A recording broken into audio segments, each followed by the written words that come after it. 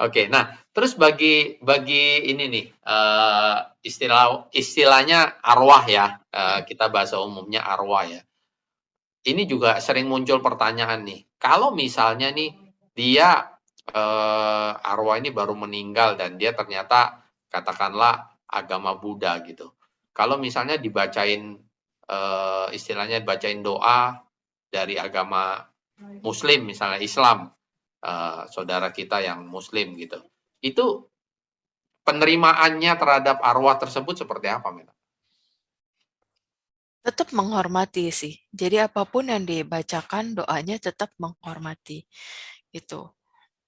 Intinya tetap dia bisa terima ya, tetap bisa Ya, nyampe ya, doa iya, apapun itu ya? heeh. Ya, Yang penting bahkan kan jasa nah, kebajikannya itu.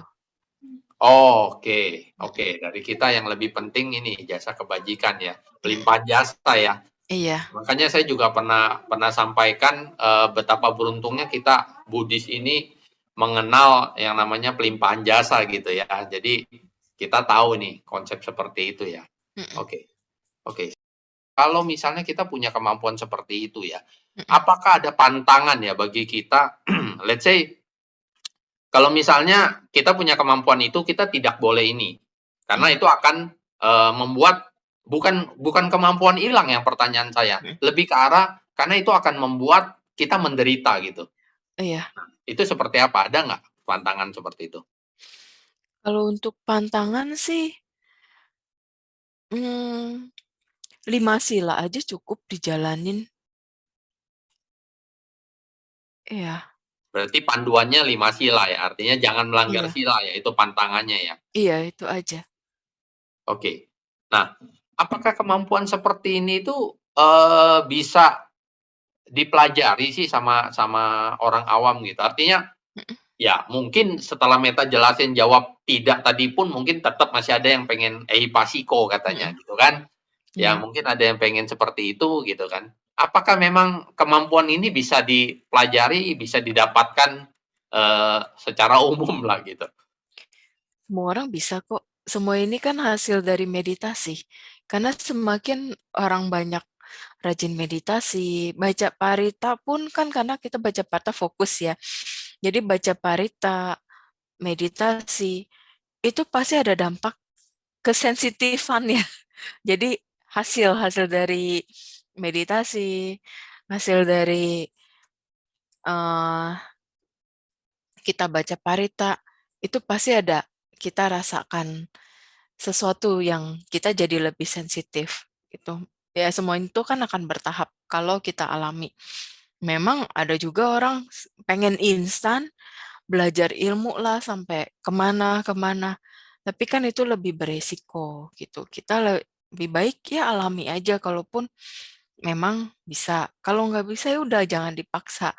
Toh kalau kita sampai belajar yang macam-macam, apalagi ternyata itu ada imbalannya berupa nyawa kita sendiri kan itu membahayakan diri kita sendiri tentunya.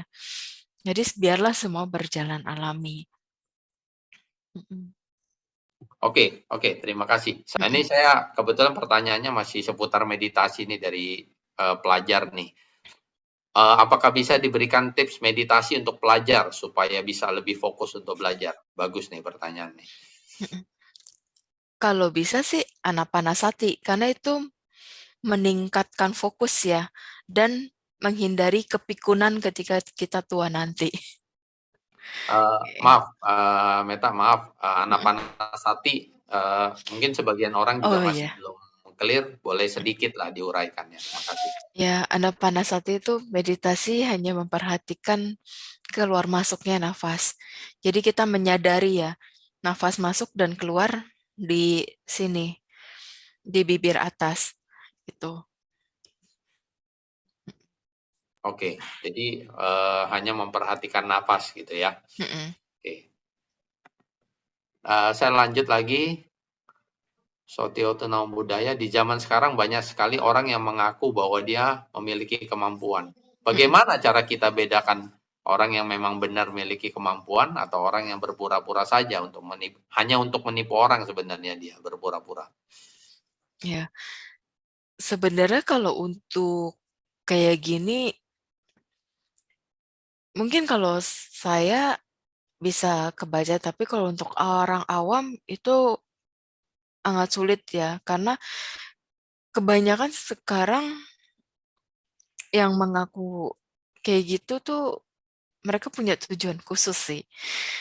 Itu. Jadi saya agak sulit menyampaikan takut nanti ada yang tersinggung atau merasa gimana gitu.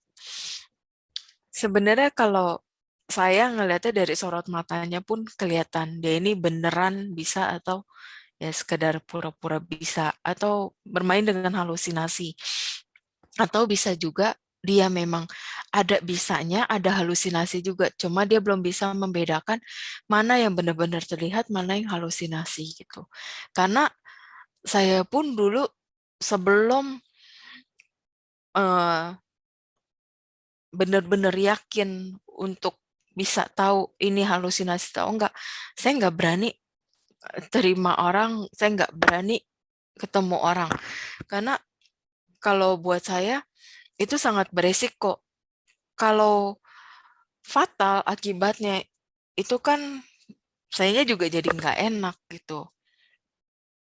Karena walaupun kayak sekarang aja tetap bisa ada miss-nya. Karena apa? Kedepannya kan kita selalu nggak pernah pasti ya masa depan. Jadi ketika ngeliat masa depan itu harus saya selalu kasih tahu ini nggak pasti. Jadi apapun yang berubah itu karena kondisi kita sendiri. Itu. Jadi kalau untuk membedakan yang pura-pura bisa sama yang bisa itu balik lagi ke diri kita sendiri lah. Jadi ke kebijaksanaannya kita. Oh, jadi kalau umat awam nih istilahnya tetap sulit ya untuk bedakan karena belum ada tips nih yang kita dapat nih. Sebenarnya kalau dilihat orang itu terlalu banyak bicara bisa terlihat lah itu banyak bicara atau benar-benar ada kemampuan. Coba Clear. dari cara bicara kayak gitu. Ya, kelihatan ya. Saya dari tadi banyak bicara, berarti nggak punya kemampuan. Itu udah clear lah ya. Ya, ingat ya. Kalau saya ngaku, udahlah bohong. Gitu. Ya, thank you. Minimum ada tipsnya gitu sedikit. Oke, Meta, mumpung ngomongin ini ya, saya juga pengen tanya nih. Sebenarnya dari apa selama ini Meta bantu orang, orang datang untuk minta bantuan. Itu sebenarnya kalau boleh nih dikasih contoh case-case seperti apa sih yang akan tepat efektif itu memang bisa dibantu oleh Meta dengan kemampuan yang Meta punya saat ini gitu.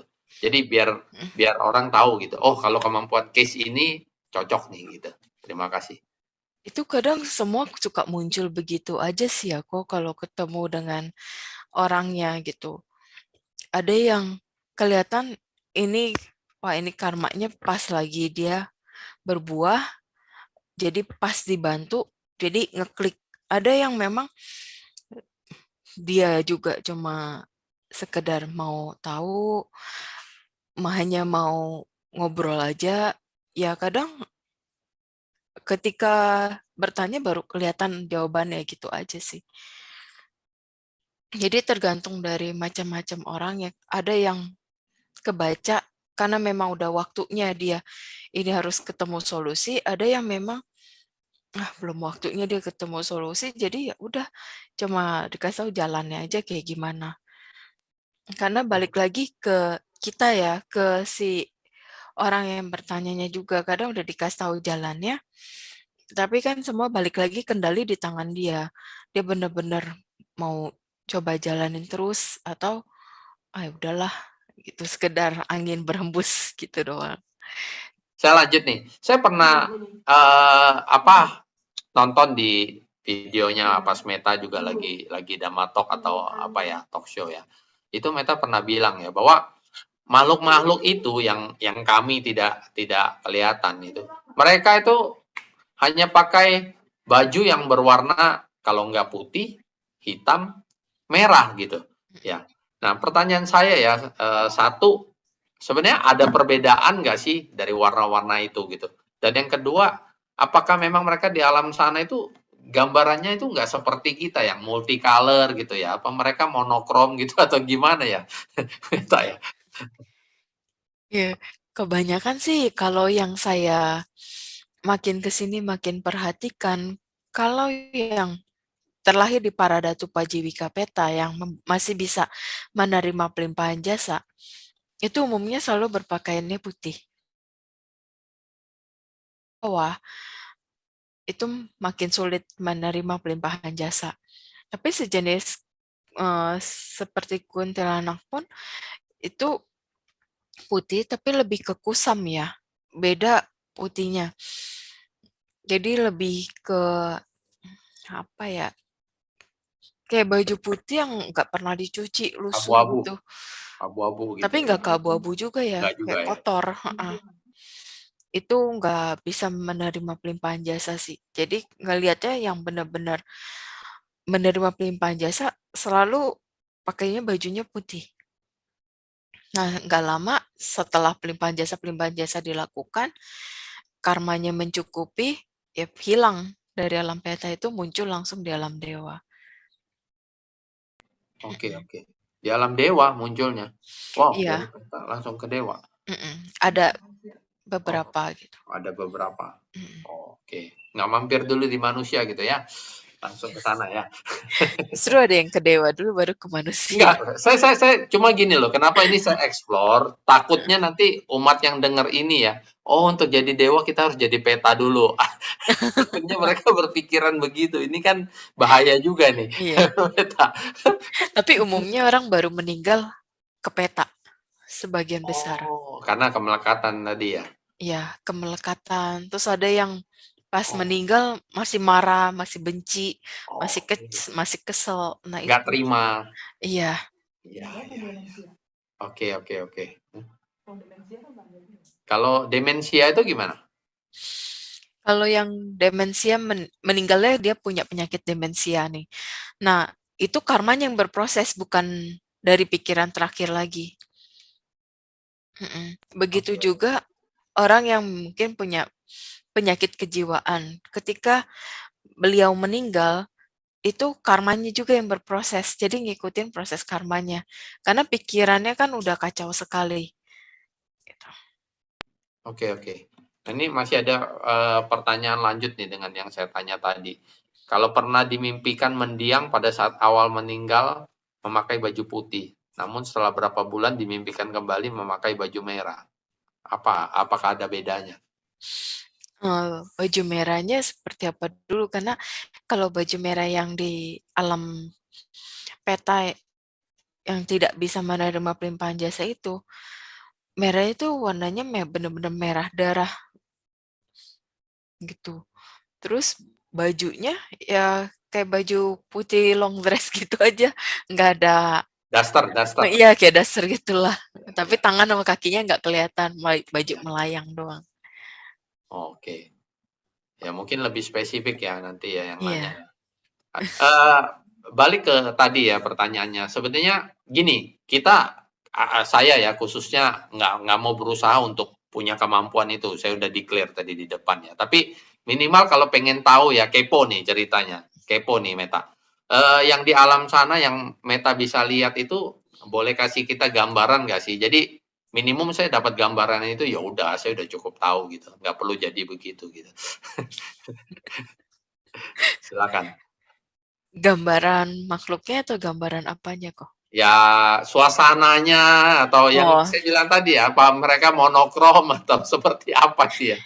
itu kayak kita lagi dikurung di suatu ruangan, nggak ada cahaya, nggak ada pintu, itu gelap gulita. Itu alam peta. Gitu. Oke, oke, oke. Makanya kebanyakan orang ketika bangun dari kematian ya di alam manusia, kalau terlahir dalam peta, ada yang shock, ada yang kaget, ada yang kayak orang kebingungan, ini di mana gitu. Oke. Jadi Apa ketika orang membacakan parita, membacakan doa sesuai keyakinan dari keluarganya, itu mereka jadi ngedenger dari suaranya dulu. oke. Kemana gitu, nyari asal suaranya. Nah itu baru kayak muncul. Oke oke. Mhm, Nah berarti, yang terlahir ke alam peta ini pun mereka punya kondisi juga masing-masing ya, dalam artian mhm. ada yang mungkin bisa langsung berkomunikasi dengan orang seperti Meta gitu ya, ada yang Iya benar-benar mereka ya kayak di ruang gelap tadi gitu ya, dalam satu iya box gitu ya. Oh iya, itu beda-beda juga ya Meta seperti itu ya? mhm. Ya, dan yang paling nggak enaknya saya ini tambahan lagi, kalau ada orang meninggal terbunuh atau bunuh diri di sekitar kita, yang didatangin kita duluan, itu yang tidak enak.